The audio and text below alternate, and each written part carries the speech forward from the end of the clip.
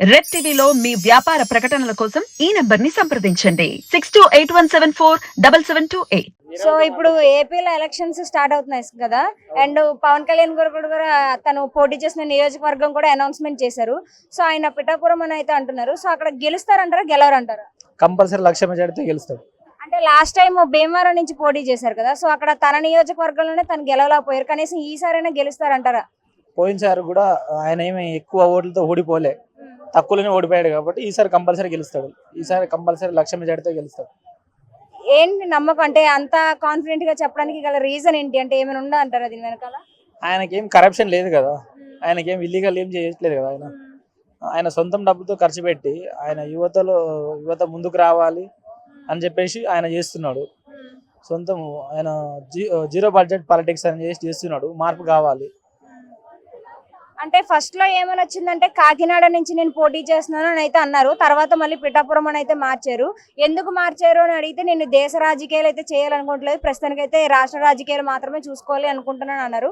So దాని మీద మీ అభిప్రాయం ఏంటంటే యాజ్ ఏ శిష్యుడిగా అంటున్నారు కదా మీరు మా గురువు అని అనేసి, సో దాని మీద మీ ఒపీనియన్ ఏంటి? గురువు అని కాదు, ఎందుకంటే బీజేపీ టీడీపీ జనసేన పొత్తు ఉంది కాబట్టి ఒకరికొకరు అండర్స్టాండింగ్ రావాల్సి వస్తుంది. దాని ప్రకారంగా మారింది అంతే తప్ప దాంట్లో వేరే ఏమి ఉండదు.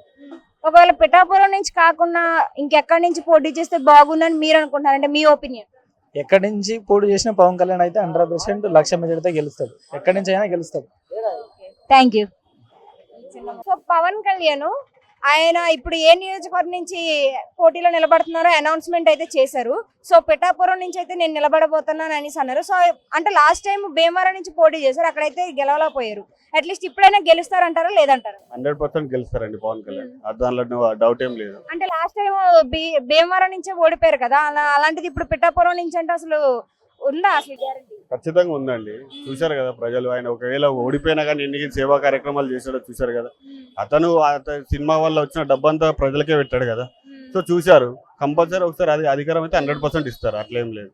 అంటే కొంతకాలం క్రితమేమో నేను కాకినాడ నుంచి పోటీ చేయబోతున్నాను అని అనేసి అన్నారు. తర్వాత మళ్ళీ లేదు నేను దేశ రాజకీయాలు అయితే చేయాలని అనుకుంటలేదు, ఓన్లీ రాష్ట్ర రాజకీయాలు మాత్రమే చేయాలనుకుంటున్నాను కాబట్టి పిఠాపురంకి నేను నిలబడతాను అని అనేసి అన్నారు. సో అంటే తనకి రాజకీయాల గురించి తెలియదన్నా లేకపోతే ఇప్పుడప్పుడే అంత పెద్ద స్థాయిలో ఆలోచించుకోవట్లేదని అనేసి అంటున్నారా? ఆయన ఫోకస్ అంతా ప్రజెంట్ ఏపీ మీద ఉంది అండి. ఫస్ట్ ఏపీలో మార్పు తేవాలని కోరుకుంటాడు, అందుకే ఏపీ రాజకీయాల గురించి పట్టించుకుంటున్నాడు. తర్వాత ఫ్యూచర్ లో ఉంటుండొచ్చు దేశ రాజకీయాల గురించి. ప్రజెంట్ అయితే ఏపీలో ఫోకస్ చేస్తున్నాడని తెలుస్తుంది. సో ప్రస్తుతానికైతే జగన్ అన్న కూడా నేనే గెలుస్తాను, వైజాగ్ లోనే నేను మళ్ళీ ప్రమాణ స్వీకారం చేస్తాను, 2024లో కూడా నేనే గెలిచేదని అంటున్నారు కదా. సో ఇద్దరులో ఎవరు గెలిచే ఛాన్సెస్ అయితే ఎక్కువ కనిపిస్తున్నాయి? నాకైతే ఇప్పుడున్న సినారియో ప్రకారం టీడీపీ జనసేన బీజేపీ వాళ్ళు గెలిచే అవకాశం ఉందని అనుకుంటున్నాను. Okay, thank you. అండి.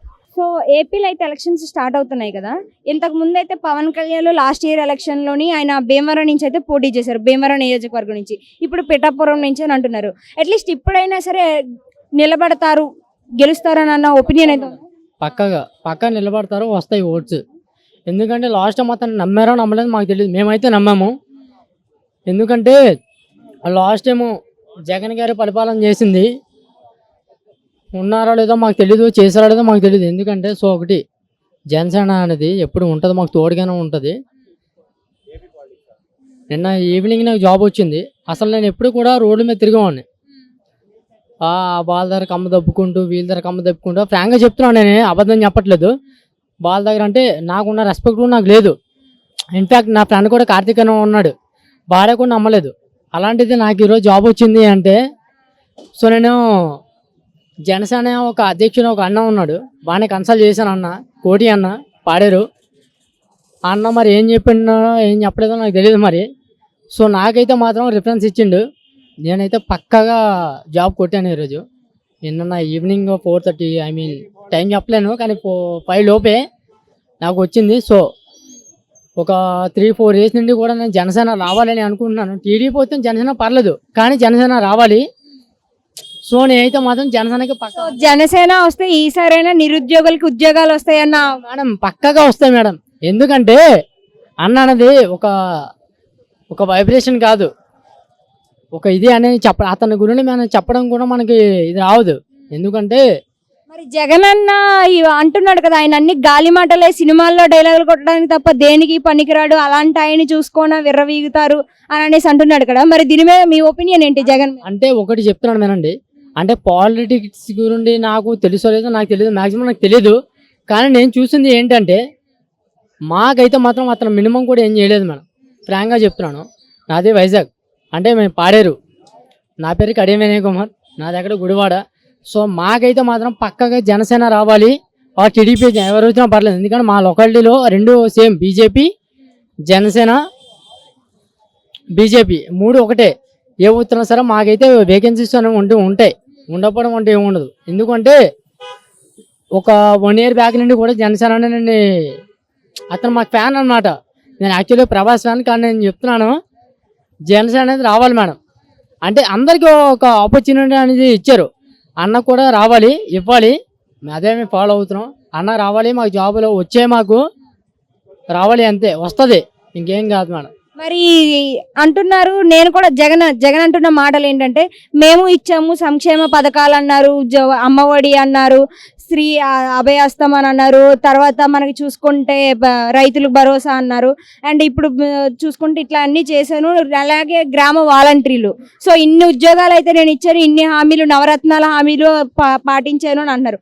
ఇన్ని చేసినా కూడా మరి జగన్ పరిపాలన కనిపించట్లేదు అని అంటున్నారంటే ఏం ఫాల్ట్ ఉంది? అది వాళ్ళతో ఫాల్ట్ ఉంది మేడం, వాళ్ళ ఫాల్ట్ ఉంది. అది అతన్ని వాళ్ళు గుర్తించాలి. ఫస్ట్ పవన్ కళ్యాణ్ గుర్తించాలి, తర్వాత వీళ్ళు మాట్లాడాలి కదా. మాకంటే ఏం లేదు, మాకంటే ఏం రాలేదు, ఎస్సీ ఎస్టీలు బీసీ అవన్నీ మాకు తెలియదు, అంతా ఒకటే. అన్న చెప్పే మాట క్యాస్ట్ అనేది ఒకటే. ఎందుకంటే మాది బీసీ, విశ్వబ్రాహ్మిన్స్, సరాబులు చెప్తున్నాను. నాకు ఇప్పటికొచ్చి చాలామంది కన్సల్ట్ చేశాను, వైఎస్ఆర్సీపీ టీడీపీ అవన్నీ చేశాను. టీడీపీ నుండి పాడేరు కొట్టగులి సుబ్బారావు గారిని నేను కన్సల్ట్ చేశాను, మా మామయ్య గారే. అంటే నేను ఎస్టీ కాదు, కానీ చెప్తున్నాను, చిన్నప్పటి నుండి మాకు అతను తోడుగా ఉన్నారు, వాళ్ళతో నేను చెప్తున్నాను. అతను మాకు చాలా సపోర్ట్ చేశారు మేడం, మా మమ్మీ కానీ మా ఫ్యామిలీ కానీ చాలా సపోర్ట్ చేశారు. మాకే కాదు చాలామంది సపోర్ట్ చేశారు. దాంతోపాటు జనసేన టీడీపీ రెండు ఒకటే, ఎవరు వచ్చినా పర్లేదు మేడం, కానీ టీడీపీ రావాలని మాత్రం నేను అనుకుంటున్నాను, అంతే.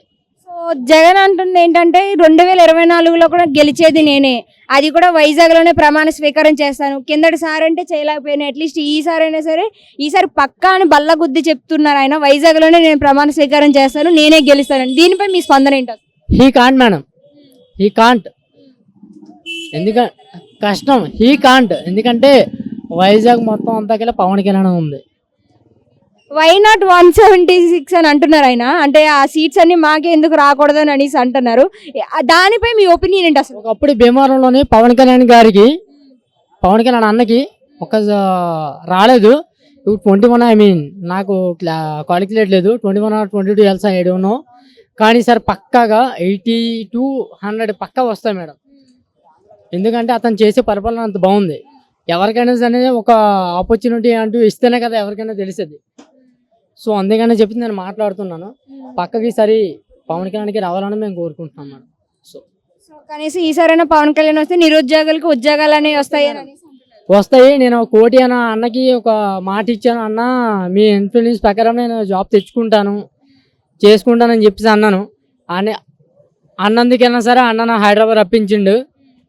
సో నాకైతే జాబ్ అనేది వచ్చింది. ఎల్లుండే నాకు ఇంటర్వ్యూ ఉంది. సో ఈరోజు ఇంటర్వ్యూ ఉంది. సో నేను క్వాలిఫై అయిపోయాను, round 2 తోటి సర్టిఫికేట్ వెరిఫికేషన్. నాకైతే మాత్రం జాబ్ వస్తుందని నమ్మకం ఉంది మేడం. సో రీసెంట్గా చూసుకుంటే మనకి పవన్ కళ్యాణ్ గారు అండ్ చంద్రబాబు గారు అండ్ మనకి మోడీ గారు కలిసి పిఠాపురంలో పర్యటన అయితే చేశారు, మీటింగ్ కూడా కండక్ట్ చేశారు. సో దీని వెనకాల ఏమే ఉందని అంటారు, అంటే లైక్ దేనికోసం అంతగా కండక్ట్ చేశారంటారు? చేశారు అంటే మేడం, అందరికీ నిరుద్యోగులు ఉద్యోగం రావాలి కదా మేడం, అందరినీ ఒకలాగే చూసుకున్నప్పుడు ఇలా వేరే వేరే ఇన్సెంటివ్స్ లేదా వేరే వేరే క్యాస్ట్ అవన్నీ వాళ్ళకి అవసరం లేదు. వాళ్ళకి కావాల్సింది అంతా సరే, అందరూ ఒకటే, అందరం మనం అన్నప్పుడు మనం వాళ్ళకే ఓటు వేయాలి. కానీ వేరే వాళ్ళని లాస్ట్ టైం కూడా భీమవరంలో పోటీ చేసినప్పుడు వాళ్ళకి అతను కూడా ఏం రాలేదు. అలాంటప్పుడు మనం గుర్తించాలి వాళ్ళని, అతను కాదు, మనం అనేది గుర్తించాలి అతన్ని. సో నాకైతే మాత్రం పక్కకి జనసేన వస్తుంది, టీడీపీ వచ్చినా పర్లేదు, రెండు ఒకటే కాబట్టి 3 ఒకటే కాబట్టి నేను చెప్పేది ఏంటంటే జై జనసేన రావాలి.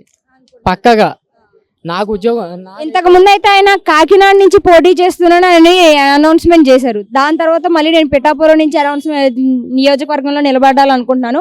ఎందుకు అంటే నేను దేశ రాజకీయాలు చేయాలని అనుకుంటలేదు, రాష్ట్ర రాజకీయాలు మాత్రమే చేయాలనుకుంటున్నాను అన్నారు. దీనిపై మీ ఒపీనియన్ ఏంటి? ఇక్కడ రాజకీయాలు అంటే మాత్రం అతని గురించి మాట్లాడే రైట్ ఎవరికి లేదు అసలు. ఎందుకంటే అతను ఏంటో మనకు తెలుసు. అతను ఆ ఆస్తులు అమ్ముకొని అన్ని చేసుకొని ఎవరి గురించి చేస్తున్నాడు? మన గురిండే కదా, మా గురిండే, మన గురించి కదా, మా గురిండే.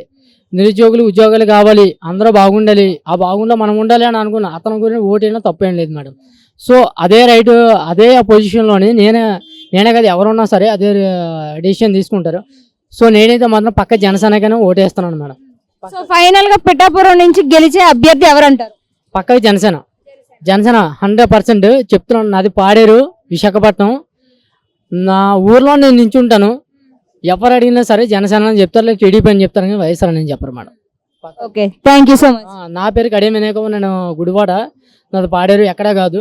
నా పేరు చెప్తే నా ఊరంతా కూడా తెలుసు. ఎందుకంటే మనకనే బ్యాక్గ్రౌండ్ మనకు ఉంటుంది. సో అందరూ వేరే నేను చెప్పట్లేదు, పక్క జనసేన రావాలి. సో నేను జనసేన కోరుకుంటున్నాను, పక్క జనసేన వస్తుంది. Thank you. సో కేసీఆర్ కూతురు అయితే లిక్కర్ స్కామ్ లో అరెస్ట్ అయ్యారు కదా, సో దానిపై మీ ఒపీనియన్ ఏంటి అసలు? ఇది రాజకీయ కక్ష సాధింపు అండి. బీజేపీ అండ్ కాంగ్రెస్ ఆడుతున్న నాటకం, గేమ్ అంటున్నారు. మరి ఆమె ప్రూఫ్లతో సహా దొరికిపోయింది, ఆమె నిజాన్ని ఒప్పుకున్నారు, ఆమె మెయిన్ లీడర్ అనేసి వార్తలు కూడా వినిపిస్తున్నాయి. సో రీసెంట్ గా చూసుకుంటే ఆమెకి ఇటీవల నోటీసులు కూడా పంపించారు వాళ్ళ హస్బెండ్ కి. ఆమె వెళ్ళిన తర్వాత కోర్టులో కూడా నిరూపణ అయింది ఏంటంటే ఆమె పక్కా చేశారు, ఈ స్కామ్ లో మెయిన్ లీడ్ లో ఉన్నది ఆమె అన్న వార్తలు కూడా వినిపిస్తున్నాయి. సో దీనిపై మీ ఒపీనియన్ ఏంటి? ఇంకా ప్రూవ్ అవ్వలేదు కదా, ఇంకా it is in the process. So మీరు అలా ఎలా చెప్పగలరు? ఇంకా ప్రూవ్ కాలేదు. ప్రూవ్ అయిన తర్వాత అప్పుడు కోర్టు ఏం డెసిషన్ చెప్తుందో వెయిట్ చేయాలి. సో ఇది నిజం కాబట్టే కేసీఆర్ గారు బయటికి రావట్లేదు. కనీసం కన్న కూతురు జైలుకి వెళ్ళి కటకటాల మధ్యన నలిగిపోతుంటే తండ్రి కానీ బయటకు వచ్చి కనీసం కూతురు గురించి చేయట్లేదు, తను ఏమీ మాట్లాడట్లేదు అని అంటున్నారు. సో దీని మీద మీరు ఏం చెప్పాలనుకుంటున్నారు? కేసీఆర్ గారు బయటికి రానవసరం లేదు. మొత్తం ఏం చేయాలనో బ్యాక్ చేస్తున్నారు. బ్యాక్ ఎండ్లో ఏం చేయాలనో అది చేస్తున్నారు. సో కూతురు జైలుకి వెళ్ళిన తర్వాత దిక్కుతోచని స్థితిలో ఆయన తెలుగుదేశం వైపు చూస్తున్నారు, టీడీపీ వైపు చూస్తున్నారు, ఆశగా ఆయననే ఏం చేస్తారని. సో ఏమనుకుంటున్నారు, ఆయన చూస్తారంటారా? ఎవరు అవసరం లేదు. తెలంగాణకి కేసీఆర్ ఒకటి చాలు, ఎవ్వరు చేయాల్సిన అవసరం లేదు. తెలంగాణకి కేసీఆర్ ఒకటి చాలు, అన్నీ ఆయనే చూసుకుంటాడు. కవితని ఎలా బయటికి తీసుకురావాలో కూడా ఆయన చూసుకుంటాడు. ఆమె ఒక 6 నెలల వరకు బయటకు వచ్చే ఛాన్సే లేదు, ఆమె కటకటాల మధ్యనే ఉంటుంది. ఎలక్షన్స్ పూర్తయి మొత్తం అంతా అయిపోయే వరకు ఆమె బయటకు రావడానికి వీలు లేదు అని అంటున్నారు. ఆమె వస్తుందంటారా, బయటికి రాదంటారా? అసలు తప్పకుండా వస్తుంది. బయటికి 6 నెలల తర్వాత వచ్చినా కూడా అడ్వాంటేజ్ ఇప్పుడు బీఆర్ఎస్కే ఉంటుంది. ఎందుకంటే అందరికీ తెలుసు ఇది రాజకీయ కక్ష సాధింపుతో చేసిన చర్య అని. సో ఆబ్వియస్లీ క్రెడిట్ డెఫినెట్గా సానుభూతి టీఆర్ఎస్కి ఉంటుంది ఈ పార్లమెంట్ ఎలక్షన్స్లో. ఈటీ అనే సంస్థ ఏ రాజకీయ వర్గానికి సంబంధించింది కాదు, ఒక గవర్నమెంట్ అది. సో దానికి ఏ రాజకీయ వర్గాలతో కలిసి చేసే మూకుముడి అవసరం లేదు. సో ఆమె తప్పు చేసింది కాబట్టి తీసుకువెళ్లారు, తప్పు చేయకపోతే తీసుకెళ్లాల్సిన అవసరం ఏంటి ఈటీ వాళ్ళకేనన్న వార్తలు కూడా వినిపిస్తున్నాయి. సో ఏం చెప్పాలనుకుంటున్నారు దీన్ని బట్టి? తప్పు చేసిన వాళ్ళు బీజేపీలో కోకొల్లలు ఉన్నారు. మొత్తం బీజేపీ చేసేది ఏంటంటే మొత్తం ఆపోజిషన్లో ఎవరైతే చిన్న చిన్న తప్పుల్ని చూసి వాళ్ళని కక్ష సాధింపుతో వాళ్ళని మాత్రమే జైల్లో పెడుతున్నారు తప్ప బీజేపీలో కోకొల్లలు చాలా మంది తప్పులు చేసిన వాళ్ళు బయట తిరుగుతున్నారు. ఎందుకంటే వాళ్ళు ఆ పార్టీకి సపోర్ట్ చేస్తున్నారు కాబట్టి. ఇది అందరికీ తెలిసిన సత్యం. సో అంటే కాంగ్రెస్ పార్టీ వాళ్ళు గెలిచాం కదా అనేసి నాయకత్వం చూపించుకుంటున్నారు అని అంటారా మీరు? అంతే తప్పకుండా. ఇది మీరు చెప్పింది కరెక్టే. ఓకే, అయితే అసలు ఆమె బయటకు వస్తుందంటారా రాదంటారా ఎలక్షన్స్ లో? 100% వస్తుంది, 100% వస్తుంది. మీరే చూస్తారు. Okay, thank you.